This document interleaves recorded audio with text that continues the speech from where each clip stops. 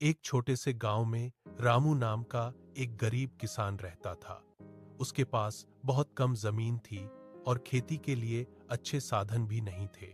वह सुबह से शाम तक खेत में मेहनत करता, लेकिन फिर भी उसकी कमाई इतनी नहीं होती थी कि घर का खर्च आराम से चल सके।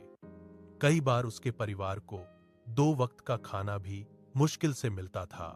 रामू बहुत मेहनती और ईमानदार था। एक दिन उसने सोचा कि अगर वह नई तरीके से खेती करे तो शायद उसकी हालत बदल सकती है।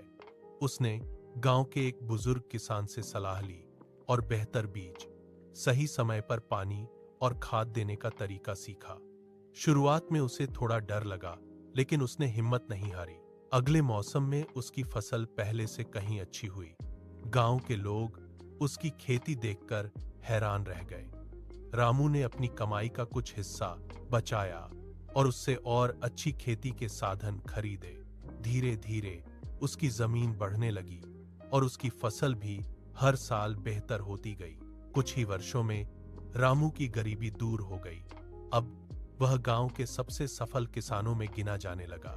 लेकिन अमीर बनने के बाद भी वह अपनी मेहनत और सादगी नहीं भूला। रामू की कहानी हमें सिखाती है कि मेहनत, धैर्य और सही सोच से इंसान अपनी किस्मत बदल सकता है।